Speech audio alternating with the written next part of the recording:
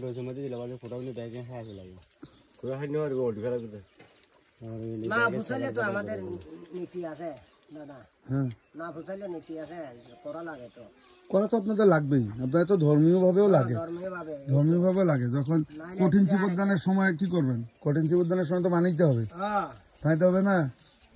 এখন তো আগের মতন নাই, আরো অনেক কিছু বদলে গেছে।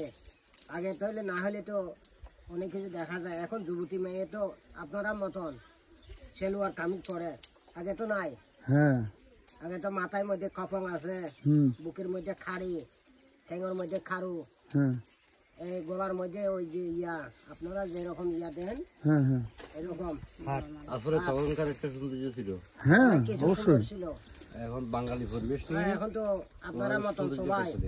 এটা তো হওয়া যাবে না, আপনাদেরটা আপনাদের ধরে রাখতে হবে, তো ঐতিহ্য ধরে রাখতে হবে। যারা পারে পারে আর কি দাদা, আর যারা না পারে তো এত টাকা ইয়া কইরা কেমনে পারবে?